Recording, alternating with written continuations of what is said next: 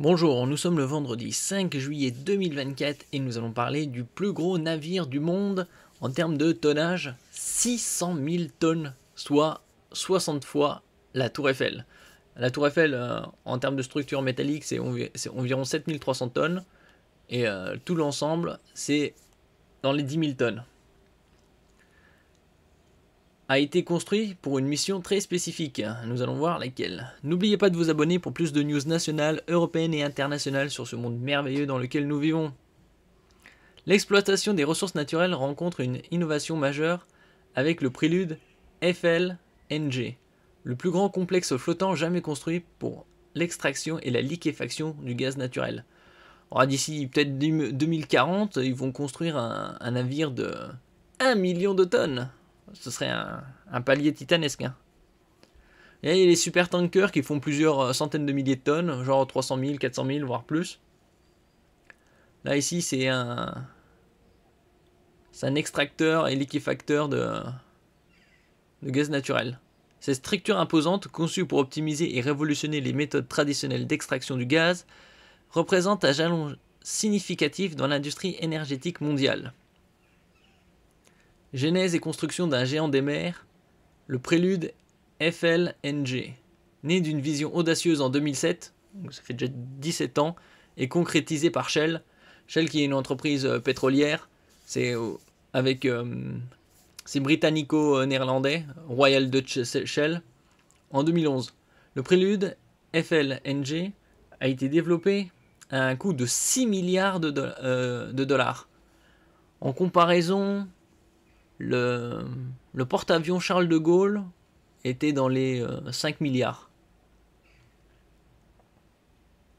Conçu par un consortium incluant Samsung Heavy Industries, Samsung ce n'est pas que les télés et les smartphones, c'est un conglomérat sud-coréen qui représente environ un quart du PIB de la Corée du Sud. Et Technip, ce mastodon mesure 488 mètres de long, presque un demi-kilomètre, et 74 mètres de large, avec un tirant d'air de 105 mètres, 260 000 tonnes d'acier et plus de 600 000 tonnes avec ses réservoirs remplis. Sa structure qui comprend une double coque, parce que c'est le standard maintenant, après c'est obligatoire après le Exxon Valdez qui a eu lieu dans les années 80 en Alaska. Il y a eu une marée noire et c'était un monocoque. Donc après ça a été obligatoire de faire double coque.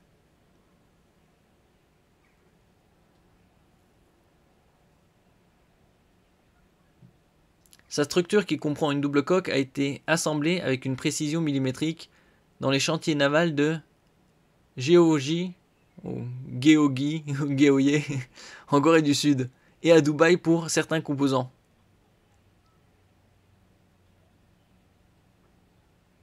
Là, on a une comparaison avec la Tour Eiffel. Un voyage vers l'innovation. Après sa construction, le Prélude a entamé son périple depuis la Corée du Sud jusqu'à l'Australie de l'Ouest, où il est désormais opérationnel. Ce voyage a marqué le début d'une nouvelle ère dans l'exploitation des champs de gaz naturel, notamment les champs Prélude et ultérieurement Concerto dans le bassin de Browse.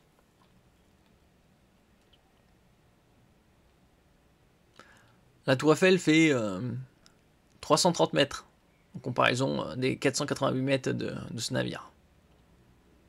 Technologie et capacité de production. Le FLNG Prélude intègre des technologies avancées pour l'extraction, le raffinage et la liquéfaction du gaz naturel. Ce processus complexe est réalisé à bord et le gaz est refroidi à moins 162 degrés Celsius pour sa conversion en GNL. Avec une capacité annuelle de production impressionnante de 5,3 millions de tonnes de gaz naturel, dont 3,6 millions de tonnes sous forme liquéfiée, le Prélude présente une prouesse technologique majeure. C'est déjà une prouesse de faire un navire déjà d'un demi-kilomètre. Puisqu'il fait 260 000 tonnes d'acier, et une fois qu'il est rempli, 600 000 tonnes.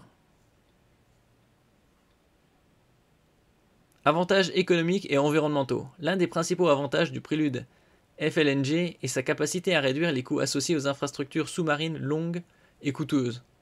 En permettant le chargement direct du GNL sur des méthaniers, il élimine le besoin de longs conduits sous-marins, optimisant ainsi les coûts opérationnels et l'impact environnemental.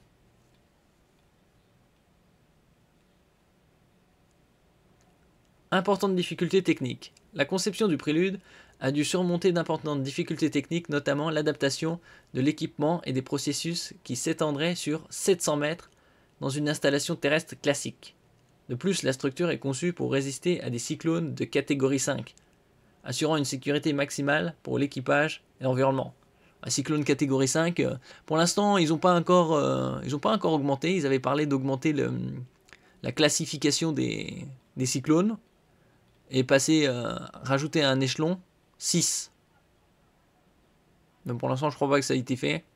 Et donc, catégorie 5, c'est le maximum pour l'instant. C'est des vents de plus de 250-300 km/h. Transformation stratégique dans l'industrie du gaz naturel. Le Prélude FLNG n'est pas seulement une avancée technique, il représente une transformation stratégique dans l'industrie du gaz naturel. Sa flexibilité opérationnelle et sa capacité à être redéployée après l'épuisement d'un gisement offrent une perspective durable et économique viable pour l'exploitation future des réserves de gaz naturel.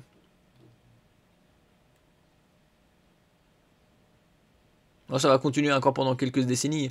Ils avaient dit qu'il y avait des réserves plus ou moins exploitables pendant encore quelques décennies, jusqu'à 2100, voire un peu plus. Bon, entre-temps, ils trouveront d'autres réserves.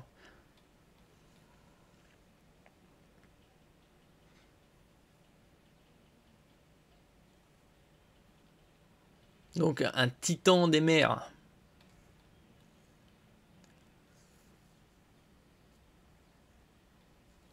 Presque 500 mètres de long, 74 mètres de large. Un tirant d'air de 105 mètres, 260 000 tonnes d'acier et une fois rempli, 600 000 tonnes.